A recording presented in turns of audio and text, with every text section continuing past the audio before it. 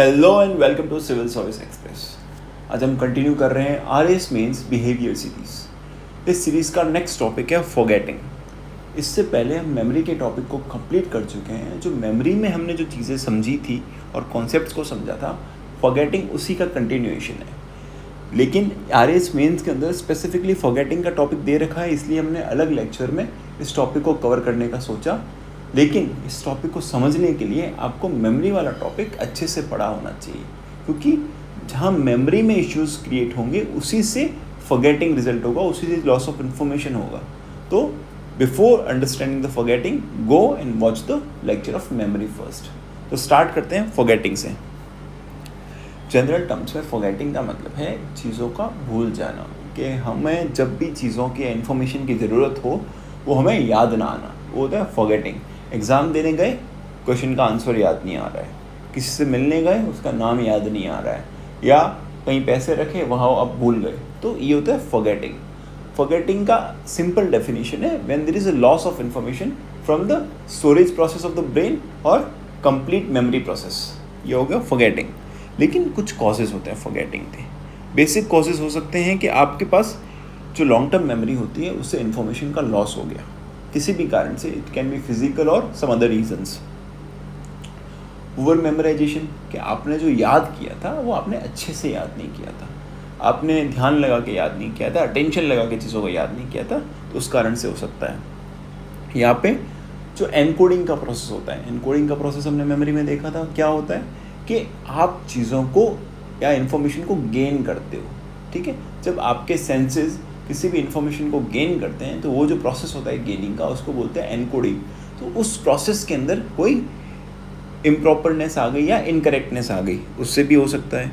या फिर जब भी आपने इन्फॉर्मेशन जो गेन की एनकोडिंग के प्रोसेस के थ्रू, उसको स्टोर किया, तो स्टोरेज के दौरान आपने मिसप्लेस कर दिया। आपको इन्फॉर्मेशन रखनी थी ए जगह पे और आपने रख दी बी जगह पे। आपको रखनी थी ए कॉन्सेप्ट के साथ में, लेकिन आपने रख दी बी कॉन्सेप्ट के साथ में। जैसे आप फॉरगेटिंग का टॉपिक पढ़ रहे हो, आपको रखना है मेमोरी के साथ में, लेकिन आप रख रहे हो किसी पपेट के टॉपिक के साथ में, उसको पढ़ रहे हो, तो वो मिसप्लेसमेंट हो गया। तो आप जब रिट्रीव करने जाओगे वो चीज़ आपको मिलेगी ही नहीं। या फिर उस मेमोरी प्रोसेस या जो मेमोरी का प्रोसेस होता है स्टोरेज का, उसके अंदर कोई डिस्टॉर्शन क्रिएट हो गया, जिससे आप चीज़ों को रिकवर या रिट्रीव नहीं कर पा रहे हो। तो ये होते हैं causes, possible reasons of forgetting. तो फॉरगेटिंग के जो भी प्रॉब्लम्स होते हैं वो मेमोरी के तीनों प्रोसेस के टाइम पे कहीं भी हो सकते हैं। 3 प्रोसेस क्या थे? पहला था एनकोडिंग। एनकोडिंग का मतलब हमने इन्फॉर्मेशन को गेन किया या गैदर किया। सेकंड हो गया स्टोरेज। स्टोरेज का मतलब हमने उसको ब्रेन के अंदर स्टोर किया। और थर्ड था रिट्रीवल। रिट्रीवल का मतलब है कि हमने उस इन्फॉर्मेशन को जब भी ज़रूरत पड़ी वापस रिकॉल किया, रिकवर किया। तो इन तीनों में से किसी भी प्रोसेस के दौरान कोई प्रॉब्लम होती है तो आपका लॉस ऑफ इन्फॉर्मेशन हो सकता है, और जिससे फॉरगेटिंग हो सकता है कि आपको जब भी ज़रूरत पड़े वो इन्फॉर्मेशन याद ही ना आए। ठीक, अलग अलग थ्योरीज ने अटेम्प्ट किया इस फॉरगेटिंग के कॉन्सेप्ट को और द वाई ब्रेन फॉरगेट्स और वाई मेमोरी लॉस हैपन्स, उसके कॉन्सेप्ट को समझाने के लिए। तो पहले हम व्यू पॉइंट देखेंगे एबिंगॉस का। एबिंगॉस का व्यू पॉइंट या एबिंगॉस कर्व प्रीवियसली भी आरएस के अंदर आ चुका है क्वेश्चन इसके ऊपर कि एबिंगॉस कर्व क्या है। तो पहला है एबिंगॉस का व्यू पॉइंट। एबिंगॉस क्या बोलते हैं कि जो भी इंफॉर्मेशन होती है वो ओवर द टाइम मेमोरी से उसका वीक हो जाती है। मतलब कॉन्सेप्ट को समझो कि आपने कोई भी इंफॉर्मेशन को आज लर्न किया, तो पहले आवर के अंदर, जैसे अभी जस्ट 12 बजे आपने लर्न किया, तो 1 बजे तक आपका सिग्निफिकेंट इन्फॉर्मेशन लॉस हो जाएगा। शाम को 9 बजते बजते आपका अच्छा खासा ऑलमोस्ट 70-75% इन्फॉर्मेशन लॉस हो जाएगा। लेकिन उसके बाद में जो लॉस है वो स्टेबल हो जाएगा, और जितनी इन्फॉर्मेशन 9 घंटे के बाद में पड़ी रहेगी वो ऑलमोस्ट बाद में कई दिनों तक भी पड़ी रहेगी। वो बोलते हैं कि इनिशियली जो मेमोरी लॉस होता है, इन्फॉर्मेशन का जो लॉस होता है वो सिग्निफिकेंट होता है, लेकिन ओवर द टाइम वो स्टेबल हो जाता है। सबसे पहले जो सिस्टमेटिक अटेम्प्ट था फॉरगेटिंग के कॉन्सेप्ट को समझाने का वो एबिंगॉस ने किया था। एबिंगॉस का पूरा नाम था हरमन एबिंगॉस। ठीक है, हरमन एबिंगॉस के किया था। इन्होंने क्या किया था, कुछ नॉनसेंस सिलेबल्स होते हैं। नॉनसेंस सिलेबल्स का मतलब हो गया जैसे कुछ भी 3 आप नंबर ले लो, कुछ भी लेटर्स ले लो, जैसे SEP हो गया, ठीक है, NOC हो गया, KED हो गया, कुछ भी आपने ऐसे इन्होंने लिस्ट ले ली नंबर्स की, और उन नंबर्स को उन्होंने याद करने की कोशिश की और उन्होंने देखा कि कैसे कैसे जो नंबर्स उन्होंने याद किए थे वो धीरे धीरे वो कैसे बोल रहे हैं और उसका बोलने का पैटर्न क्या है। तो ये पैटर्न को उन्होंने ऑब्जर्व किया। तो इस पैटर्न को ऑब्जर्व करके उन्होंने एबिंगहॉस कर्व की इन्वेंशन किया। एबिंगहॉस कर्व क्या है? देखो, आपने इनिशियली कोई भी इन्फॉर्मेशन फीड की यहाँ पे, ये 100% ऑफ द इन्फॉर्मेशन है यहाँ पे। आप जैसे जैसे टाइम ज़्यादा रहेगा, इनिशियली 20 मिनट्स में आप ऑलमोस्ट 50% ऑफ द इन्फॉर्मेशन को आप बोल चुके हो।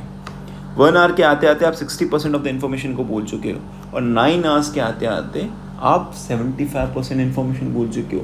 लेकिन उसके बाद जो इन्फॉर्मेशन का लॉस है वो बहुत धीरे हो रहा है। आप यहाँ देख सकते हैं कि इन्फॉर्मेशन का जो ये लॉस है यहाँ पे बहुत स्लो हो गया है और उसके बाद में जो भी इन्फॉर्मेशन आपके पास बचेगी वो सिग्निफिकेंट टाइम तक आपके ब्रेन के अंदर स्टोर्ड रहेगी। यहाँ पे आप देख सकते हैं अमाउंट रिटेन्ड का है सेक्शन और यहाँ पे अमाउंट रिटेन्ड है और यहाँ पे है अमाउंट फॉरगॉटन। 100% रिटेन्ड थी इनिशियली, ठीक है, बाद में 70% रिटेन रहेगी और 25% फॉरगॉटन हो गई। 50% retain, 50% forgotten, 25% retain and 75% forgotten. जैसे जैसे समय जाता जाएगा आप चीज़ों को भूलते जाएंगे और एक टाइम के आने के बाद आपकी जो मिनिमम चीज़ें स्टोर रह गई वो परमानेंटली स्टोर रह जाएगी। जैसे होता है हम चैप्टर पढ़ते हैं, क्योंकि चैप्टर के कुछ कॉन्सेप्ट्स ही होते हैं जो हमको याद रह जाते हैं, बाकी मेजॉरिटी ऑफ द पोर्शंस को हम भूल जाते हैं, जिसके लिए हमको बार बार रिविजन करना पड़ता है ताकि हम उसको परमानेंटली स्टोर कर पाए ब्रेन के अंदर में। एबिंगहॉस ने 2 चीज़ें ऑब्जर्व की कि रेट ऑफ जो फॉरगेटिंग होती है वो मैक्सिमम होती है फर्स्ट 9 आवर्स के अंदर में, ठीक है। फर्स्ट 9 आवर्स के अंदर रेट ऑफ फॉरगेटिंग जो होगी मैक्सिमम होगी और particularly during the first hour वो एकदम मैक्सिमम हो गई। जो 50% आपने देखा, 50-60% वो फर्स्ट आवर के अंदर ही इरेज हो चुकी थी इन्फॉर्मेशन। और 9 घंटे के बाद में जो rate of loss of information होता है, रेट ऑफ फॉरगेटिंग होता है, वो स्लो डाउन हो जाता है और उसके बाद ज़्यादा चीज़ें नहीं भूली जाती हैं। इस पूरी थ्योरी के द्वारा एबिंगहॉस ने हेल्प किया रिसर्चर्स को ये कंक्लूड करने के लिए कि इन्फॉर्मेशन लॉस या मेमोरी लॉस जो होता है वो इनिशियली बहुत शार्प ड्रॉप होता है, लेकिन ओवर द टाइम वो ग्रेजुअली स्टेबल हो जाता है, ठीक है। ये एबिंगहॉस का कंट्रीब्यूशन था फॉरगेटिंग के कॉन्सेप्ट को एक्सप्लेन करने के लिए। नेक्स्ट आता है कॉजेज ऑफ फॉरगेटिंग या थियरीज ऑफ फॉरगेटिंग। कुछ थियरीज प्रपोज हुई है कि फॉरगेटिंग होती किस कारण से है। आप उसको थियरीज में भी लिख सकते हो या कॉजेज ऑफ फॉरगेटिंग में भी लिख सकते हो, क्योंकि दोनों के सेम चीज़ें। आपने हमें कुछ कॉजेज हमने पहले पढ़े, ठीक है, और ये अभी सेकंड कॉजेज हैं जो थियरी के साथ में डिटेल्ड में एक्सप्लेन्ड है। आपको इसके ऊपर डायरेक्टली 2 या 5 मार्कर क्वेश्चन भी आ सकता है। तो फर्स्ट आती है trace decay theory. Trace decay theory क्या बोलती है कि आप इसको डिसयूज थियरी भी बोलते हैं। डिसयूज का मतलब हो गया कि जो भी इन्फॉर्मेशन अगर आप ज़्यादा टाइम तक यूज़ नहीं करोगे तो वो फेड हो जाएगी या ख़त्म हो जाएगी, इरेज हो जाएगी ब्रेन से। तो ये बोलते हैं कि जो मेमोरीज होती है जैसे जैसे वक्त गुजरता है तो वो धीरे धीरे वीक होती जाती है और धीरे धीरे फेड होती जाती है, ख़त्म होती जाती है विथ टाइम। तो इसका जो फोकस है इस थियरी का है वो है टाइम पे फोकस है, कि ये टाइम पे डिपेंड करता है। जैसे वक्त जाएगा इन्फॉर्मेशन भी जाती जाएगी। ये बोलते हैं कि जब भी ब्रेन में आप न्यू इन्फॉर्मेशन को एनकोड करते हो तो एक मेमोरी ट्रेस बनता है ब्रेन के अंदर में, या एक आप कोई एनग्राम बनता है आपके न्यूरल पाथवेज के अंदर में। काइंड ऑफ ऐसा आपने कोई भी नई चीज़ डाली तो एक उसका ब्लॉक बन जाएगा, आप इतना चीज़ समझे, कोई ट्रेस बन जाएगा।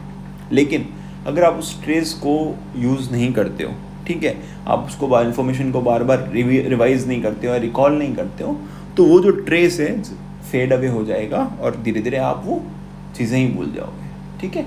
आपने ब्रेन में इन्फॉर्मेशन डाली, उससे आपके कुछ मेमोरी ट्रेसेस क्रिएट हुए न्यूरल पाथवेज के अंदर में।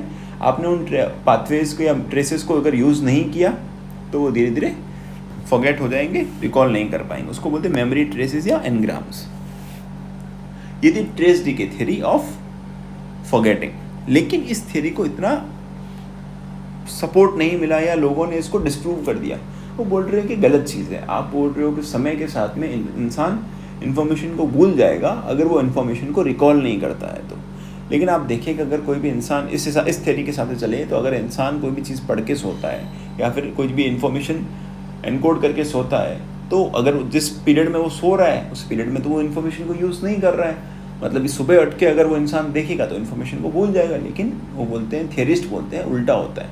जब भी आप किसी भी इंफॉर्मेशन को लेके सोते हो तो वो आपके डीप मेमोरी स्टोर्स के अंदर में स्टोर हो जाती है और आपको लंबे समय तक चीज़ें याद रहती है। तो ये जो कॉन्सेप्ट था कि आप सोने पे इंफॉर्मेशन ज़्यादा टाइम तक रह सकती है, ये डिस्प्रूव करती है इस थ्योरी को कि आप टाइम के साथ में इंफॉर्मेशन को भूल जाओगे। आपने भी कई बार देखा होगा, सुना होगा कि जब भी आप रात को कोई चीज़ें रिवाइज करके सोते हो, याद करके सोते हो, तो वो मेमोरी में अच्छे से स्टोर हो पाती है कंपेयर टू डेट कि आप कोई चीज़ दिन में पढ़ते हो। तो ये बोला जाता है कि जब भी आप कोई भी चीज़ आप पूरे दिन में पढ़ो तो रात के टाइम पे, रात के हाफ एन आवर सोने से जस्ट पहले आप उन सारी चीज़ों को एक बार रिवाइज कर लो, या तो बुक से रिवाइज कर लो या खुद ही रिकॉल कर दो चीज़ों को एक बार सारी की सारी। तो वो आपके परमानेंट मेमोरी स्टोर्स में यूज़ हो जाएगी, स्टोर हो जाएगी, और आप फ्यूचर में आपको उसकी रिविजन्स की कम ज़रूरत पड़ेगी। ठीक है, ये हो गया कॉन्सेप्ट। इस थ्योरी ने, ये जो स्लीपिंग वाली थ्योरी थी, इसने ट्रेस डीके थ्योरी को डिस्प्रूव कर दिया और इसको जल्दी से रिप्लेस कर दिया गया इंटरफेरेंस थ्योरी के द्वारा। तो नेक्स्ट जो थ्योरी है वो है इंटरफेरेंस थ्योरी। इंटरफेरेंस थ्योरी अब क्या बोलती है कि कभी भी जो इन्फॉर्मेशन का लॉस होता है, वो लॉस इस वजह से नहीं होता है कि समय के साथ बड़ी बड़ी चीज़ें यूज़ नहीं हुई तो ख़राब हो गई, भूल गए। नहीं, वो होता है क्योंकि अब मल्टीपल जो इन्फॉर्मेशंस होती हैं वो आपस में इंटरफेयर करती है एक दूसरे के साथ में। जब इन्फॉर्मेशंस एक दूसरे के साथ में इंटरफेयर करती हैं तब आप चीज़ों को रिकॉल नहीं कर पाते हो प्रॉपरली, और जब आप रिकॉल नहीं कर पाते हो, you observe the phenomena of forgetting, कि आप चीज़ें भूल गए हो। तो ये सबसे इन्फ्लुएंशियल थ्योरी है पूरे फॉरगेटिंग के तीनों थ्योरीज के अंदर। सबसे इन्फ्लुएंशियल थ्योरी है interference theory. It suggest that the forgetting is due to interference between various information that the memory store contains. ठीक है, ये बोलता है कि आप जब भी कोई इन्फॉर्मेशन को सीखते हो, ठीक है, तो वो इन्फॉर्मेशंस रिलेशनशिप्स बनाती है, एसोसिएशंस बनाती है अलग इन्फॉर्मेशंस के साथ में। जैसे हमने कल बात की थी मेमोरी के अंदर में, कि मेमोरी में जब भी आप कोई चीज़ों को स्ट्रांगली स्टोर करना चाहते हो तो कनेक्शंस बनाते हो, आप उसके डीप मीनिंग, सिमेंटिक एनकोडिंग करते हो, डीप मीनिंग फाइंड करते हो, और उस डीप मीनिंग को या उस कॉन्सेप्ट को दूसरे कॉन्सेप्ट के साथ रिलेट में करते हो। जैसे आप फॉरगेटिंग पढ़ रहे हो और फॉरगेटिंग को मेमोरी के साथ रिलेट करोगे, मेमोरी को ओवरऑल बिहेवियर के कॉन्सेप्ट के साथ में रिलेट करोगे, और सारी चीज़ों को जब इंटर रिलेट करोगे तो वो बॉन्ड स्ट्रांग हो जाएगा और आपकी मेमोरी में ये परमानेंटली स्टोर हो जाएगा। लेकिन कई बार होता है कि आपने जो बॉन्डिंग बनाई, एसोसिएशंस बनाए, वो एसोसिएशंस जो होते हैं उनमें कोई इंटरफेरेंस क्रिएट हो जाता है, और इस इंटरफेरेंस के कारण में आप चीज़ों को रिकॉल नहीं कर पाते हो, जिससे आप फॉरगेटिंग के फिनोमेना को ऑब्जर्व करते हो। The theory assumes that the learning and memorizing involves forming of associations between the items, and once acquired these associations remain intact in the memory. ठीक है, ये जो एसोसिएशंस आपने एक्वायर किए परमानेंट रहेंगे। ऐसे ही लोग मल्टीपल एसोसिएशंस क्रिएट करते जाते हैं, और धीरे धीरे ये एसोसिएशंस कई बार कॉन्फ्लिक्ट भी क्रिएट कर सकते हैं। ठीक है, वैसे तो ये इंडिपेंडेंटली पड़े रहेंगे, इंटरनली कोई कॉन्फ्लिक्ट नहीं करेंगे, ये क्रिएट करेंगे कॉन्फ्लिक्ट जब आप इन्फॉर्मेशन को रिकॉल करने की कोशिश करोगे। जैसे आपके साथ कई बार होता होगा कि आपको चीज़ें याद तो है लेकिन आप श्योर नहीं हो पाते हो कि ये आपको प्रॉब्लम दी तो उसका सोल्यूशन ए या बी। आपके पास सोल्यूशन था ब्रेन के अंदर, आपने अच्छे से याद किया था, पढ़ा था, एक्सपीरियंस किया था, लेकिन आप उस पॉइंट ऑफ टाइम में रिकॉल नहीं कर पा रहे होते हो कि उसका सोल्यूशन ए है या बी सोल्यूशन है, क्योंकि आपका ब्रेन के अंदर तो इन्फॉर्मेशन और ए और बी अलग अलग पड़ी है, ये ए अलग पड़ा होगा और बी अलग पड़ी होगी। लेकिन जब भी आप रिकॉल करने की कोशिश करोगे तो ये ए और बी इंटरचेंज हो जाएगा, मिक्स हो जाएगा, और इंटरफेरेंस क्रिएट होना स्टार्ट हो जाएगा। तब आपको प्रॉब्लम क्रिएट होगी और आप महसूस करोगे फॉरगेटिंग को। तो ये थियरीज के अंदर दो टाइप्स ऑफ इंटरफेरेंस या two types of inhibitions mention किए गए हैं। इंटरफेरेंस का मतलब है कि कोई भी बाधा है, और इनिबिशन का मतलब है कि कोई भी बाधा क्रिएट होना। तो सबसे पहला है प्रोएक्टिव इनिबिशन। ठीक है, रेट्रोएक्टिव पिछली बार क्वेश्चन में आ चुका है, तो प्रोएक्टिव के भी आने की संभावना है फ्यूचर में कभी 2 मार्कर के अंदर में। प्रोएक्टिव का मतलब है कि जब भी आपने कोई प्रीवियसली इंफॉर्मेशन स्टोर की हुई थी, ठीक है, वो इंटरफेयर करिए उसके नई इन्फॉर्मेशन के साथ में। जो भी पहले जो आपने मान लो कि पहले आपने ए इन्फॉर्मेशन को लर्न किया, ठीक है, आपने पहले ए इन्फॉर्मेशन को लर्न किया और उसके बाद में आपने बी इन्फॉर्मेशन को लर्न किया। अब ये जो बी ए है वो इंटरफेयर कर रही है बी के साथ में, तो इसको बोलते हैं प्रोएक्टिव, मतलब पहले वाली बाद वाली के साथ में इंटरफेयर कर रही है। और रेट्रोएक्टिव का मतलब क्या होगा, आपके जो ए थी पहले वाली, बी थी बाद वाली, अभी जो बाद वाली है वो इंटरफेयर कर रही है पहले वाली इन्फॉर्मेशन के साथ में। ठीक है, कई बार ऐसा होता है कि आपने प्रीवियस क्लासेस में कुछ कॉन्सेप्ट्स को समझा होगा किसी तरीके से, लेकिन आप जब लेटर क्लासेस में आते हो तो वो कॉन्सेप्ट अलग तरीके से समझाया जाता है और उसके कुछ अलग मायने देखे जाते हैं। तो कई बार आपकी जो लेटर वाली इन्फॉर्मेशन प्रीवियस वाले के साथ में इंटरफेयर कर लेगी, या कई बार आपकी जो पहले जो सीखी हुई चीज़ है वो बाद वाली चीज़ों के साथ में इंटरफेयर करेगी। तो इस कारण से आप चीज़ें भूलने लग जाते हो, फॉरगेट करना स्टार्ट करते हो। तो ये हुई second theory, interference theory. Third theory is retrieval failure theory, कि आप चीज़ों को रिट्रीव ही नहीं कर पाए। ठीक है, आपके रिट्रीवल में कोई प्रॉब्लम होगी। इंटरफेरेंस में क्या था, आप रिट्रीव तो कर पा रहे हो लेकिन आप प्रॉपर रिट्रीव नहीं कर पा रहे हो, आपकी इन्फॉर्मेशंस इंटरफेयर कर रही है एक दूसरे के साथ में। जो चीज़ एक प्रॉब्लम सॉल्व करने के लिए अगर आंसर ए है तो आप ए तक पहुंच नहीं पा रहे हो, आप बी सी डी कहीं और पहुंच रहे हो। रिट्रीवल फेलियर में आप ए को रिट्रीव ही नहीं कर पा रहे हो। ठीक है, आप किसी भी इन्फॉर्मेशन को रिट्रीव नहीं कर पा रहे हो। इसका सबसे बड़ा रीज़न था जो हमने मेमोरी में पढ़ा था, वो था आप अप्रोप्रिएट रिट्रीवल क्यूज़ नहीं थे आपके पास में। रिट्रीवल क्यूज़ का मतलब ये होता है कि कोई भी इन्फॉर्मेशन को आपको याद करने के लिए ब्रेन को कुछ क्यू देना पड़ेगा कि जब ये चीज़, मैं इस चीज़ के बारे में सोचूं या इस चीज़ के बारे में बात करूं तो वो इन्फॉर्मेशन आ जानी चाहिए। जैसे होता है ना कि आप फाइल को नेम देते हो। ठीक है, आप सारी फाइल को बिना नाम तो रख नहीं सकते, आप फाइल को नेम देते हो कि जब भी मैं ये नाम एंटर करूँ तो वो नाम से वो फाइल खुल जाए। तो वो होते हैं क्यूज़। ठीक है, तो आप कई बार एक क्यू देते हो कि जैसे फाइल का नेम हो गया, और अदर इसके अलावा आप क्या करते हो, आप उस फाइल को बहुत सारे फोल्डर्स में डाल के रखते हो। जैसे आप मान लो कि RAS मेंस के लिए कुछ नोट्स आपने इकट्ठे करके रखे, तो आप RAS का लेक्चर एक फ़ोल्डर बनाओगे, उसके अंदर आप मेंस का एक फ़ोल्डर बनाओगे। ठीक है, मेंस के अंदर में आपने पेपर 3 का एक फ़ोल्डर बना दिया, पेपर 3 के अंदर में आपने बिहेवियर का फ़ोल्डर बनाया, और उसके अंदर में आपने ये फॉरगेटिंग का टॉपिक डाल दिया। ठीक है, तो आपने क्यूज़ डाल के रखे कि जब मैं RAS की बात करूँ तो मेरे पास मेंस हो जानी चाहिए, मेंस के मैं पेपर 3 की बात करूँ तो मेरे पास बिहेवियर टॉपिक आना चाहिए, और बिहेवियर की बात करूँ तो मेरे पास फॉरगेटिंग। आप क्यूज़ दे के रखते हो कि जैसे रिश्तेदारी में हम देखते हैं कि ये उसका भाई है, उसका पोता है, उसका दादा, उसका काका, आप वन बाय वन जाने लगते हो, रिलेशंस बनाने लगते हो, उससे आपको चीज़ें याद रहती हैं। तो ये होते हैं क्यूज़। तो ब्रेन में अगर आप क्यूज़ अच्छे से नहीं देते हो तो आप रिकॉल नहीं कर पाओगे इन्फॉर्मेशन को। जैसे मान लो ये फॉरगेटिंग का टॉपिक है और आप कहीं से भी आउट ऑफ द ब्लू कहीं से आपको पेपर मिला, आपने याद कर लिया, दैट्स इट। आपने आप पबेड रहे थे, फॉरगेटिंग याद कर लिया, आपको कुछ समझ नहीं आया, आपने पबेड के साथ में मिक्स करने की कोशिश की, जब आपने बिहेवियर का पेपर देखा तो आपको चीज़ याद ही नहीं आ रही है, आपको पता ही नहीं कि फॉरगेटिंग मैंने पढ़ा कहाँ था, पढ़ा था तो बिहेवियर में पढ़ा था कि पबेड में पढ़ा था। तो समटाइम्स आप चीज़ों को मिसप्लेस कर देते हो, आप याद नहीं कर पाते क्योंकि आपके पास रिट्रीवल क्यूज़ नहीं है। तो ये होती है retrieval failure theory, happens because of retrieval queues.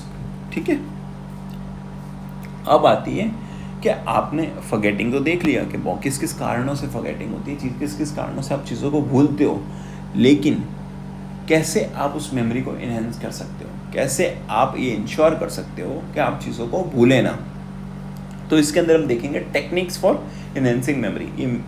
ये टेक्निक्स ना सिर्फ आपके पेपर में काम आएंगे, लेकिन आप प्रैक्टिकली जब आप पढ़ाई कर रहे हो तो आप इन टेक्निक्स को यूज़ कर सकते हो अपने मेमोरी को इम्प्रूव करने के लिए और अपने मार्क्स को इम्प्रूव करने के लिए एग्ज़ाम में। तो सबसे पहले टेक्निक है निमोनिक्स यूजिंग इमेजेस। निमोनिक्स का मतलब ये होता है कि आप कोई भी शॉर्ट फॉर्म्स बनाते हो या कीवर्ड्स बनाते हो किसी भी कॉन्सेप्ट को, आइडिया को या चीज़ को याद करने के लिए। तो सबसे पहला हो गया निमोनिक्स यूजिंग इमेजेस। ये क्या बोल रहे हैं कि आप विविड या एक्टिव इमेजेस क्रिएट करो, जो भी चीज़ आप याद रखना चाहते हो उसका कोई पिक्चोरियल फॉर्म क्रिएट करो ताकि वो चीज़ें आपको याद रखें। Vivid and interactive images create करो। कैसे होते हैं, इसके अंदर भी दो टेक्निक्स हैं। पहला बोलते हैं कीवर्ड मेथड। ठीक है, कीवर्ड मेथड क्या बोलते हैं कि मान लो कि आपको कोई फॉरेन लैंग्वेज सीखनी है, आपको फॉरेन लैंग्वेज सीखनी है तो आप फॉरेन लैंग्वेज सीधा तो आप सारे वर्ड्स याद नहीं रहते, आपको बहुत डाइवर्स होते हैं। तो आप क्या करते हो, हर एक वर्ड के साथ में कोई इंग्लिश, जैसे इंग्लिश आपको मान लो आती है तो आप इंग्लिश का कोई वर्ड उसे एसोसिएट कर सकते हो।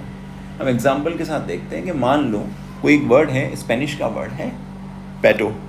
ठीक है, पैटो का मतलब होता है डक। ठीक है, डक। तो पैटो वर्ड आपको याद करना है, आपको याद नहीं आ रहा कि पैटो मैं याद करूं कैसे, आपको सडनली पैटो याद नहीं हुआ, तो आपने एसोसिएट कर दिया किसी इंग्लिश वर्ड के साथ में।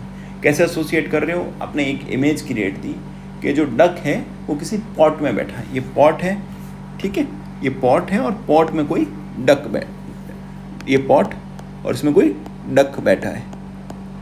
तो आपके ब्रेन में इमेज आ गई, अगर पॉट में डक है तो डक को क्या बोलेंगे स्पेनिश में, पैटो, पॉट पैटो। आपने ये कनेक्शंस बना दिए, इसको बोलते हैं कीवर्ड मेथड बोलते हैं, ठीक है। ये निमोनिक्स यूजिंग इमेजेस का फर्स्ट मेथड है, कीवर्ड मेथड। सेकंड आता है मेथड ऑफ लोकाई। लोकाई का मतलब होता है कि आप किसी भी चीज़ों को ऑर्डर में याद करो, ठीक है, उसको ऑर्डर में विजुलाइज करने की कोशिश करो, लर्निंग इन सीरियल ऑर्डर, ठीक है। लेकिन लोकाई का सिंपल सा मतलब ये नहीं कि आप ऑर्डर में याद करो, आप लोकाई मीन्स लोकेशन वर्ड से लोकाई आता है कि आप उन चीज़ों को ऑर्डर में याद करना है आपको, तो उसको आप फिजिकल लोकेशन से एसोसिएट कर दो। जैसे मान लो एग्जांपल लेते हैं कि आपको मम्मी ने बोला, पापा ने बोला कि आपको कुछ सामान लेके आना बाज़ार से, जैसे आपको लेके आने एग्स, ठीक है, आपको लाना है मिल्क, आपको लानी है ब्रेड, ठीक है, ये 3 सामान आपको लेके आने हैं।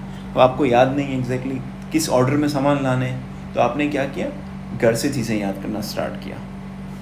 आपको पता है कि एग वाले की दुकान पहले आएगी, मिल्क वाले की सेकंड और थर्ड वाले की ब्रेड की दुकान आएगी, आपको ये चीज़ याद रखनी है। तो आप काउच पे बैठे थे, आप काउच पे आपने काउच को बना दिया, ये काउच था, आपने काउच को इमेजिन कर लिया ये एग है, ये एग जैसा काउच है, ठीक है। सेकंड था मिल्क, आप काउच से उठे, आप की लेने के जो की का ड्रॉवर जो था, आपने जिस ड्रॉवर से की ली उसको आपने मिल्क जैसा इमेजिन कर लिया, ठीक है, because it was of white colour का ड्रॉवर था, आपने उसको मिल्क से इमेजिन कर दिया। तो थर्ड प्लेस थी आपका डोर मैट जो था, आपने डोर मैट को एज अ ब्रेड इमेजिन कर लिया, ठीक है।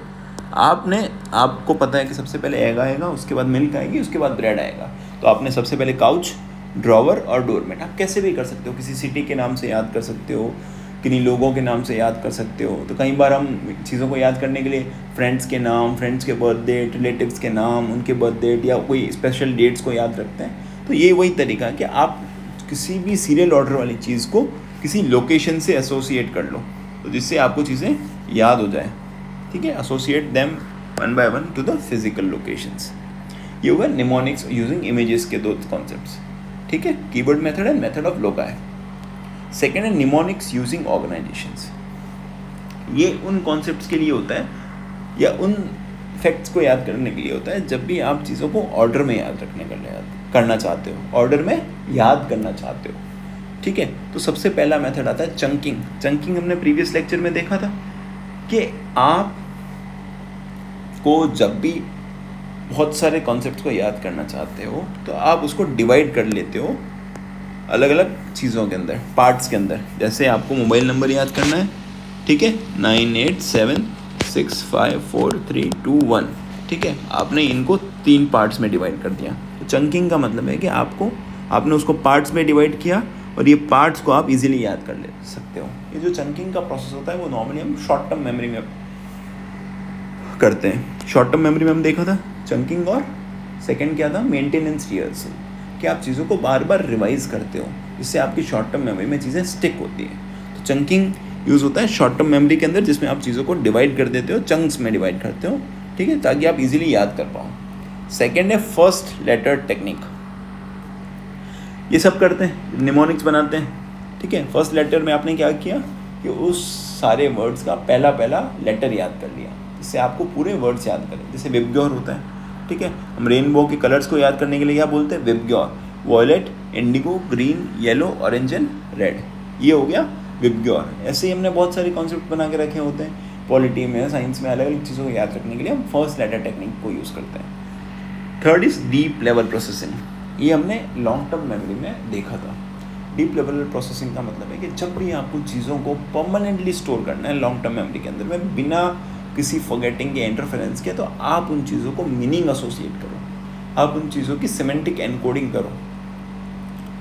मीनिंग एसोसिएट करने का मतलब ये हो गया कि आप उस कॉन्सेप्ट को डिटेल में समझो। जैसे अगर फॉरगेटिंग की बात है तो ऊपरा ऊपरी आपको पढ़ना नहीं है, आपको सिर्फ आपको नोट्स दिए और सिर्फ पढ़ के ख़त्म नहीं करना है, आपको एक एक कॉन्सेप्ट को डीपली समझना है। जब उन चीज़ों को आप डीपली समझोगे तो वो ब्रेन में आपके परमानेंटली स्टोर हो जाएगी और आपको मल्टीपल रिविजन्स की ज़रूरत नहीं होती है। The reason behind multiple revisions is कि लोग चीज़ों को ख़त्म करने की फिराक में रहते हैं कि आज हमको 20 पेज पढ़ने हैं, 40 पेज पढ़ने हैं, 50 पेज पढ़ने हैं, आपको ये बुक कंप्लीट करनी है, ये बुक कंप्लीट करनी है।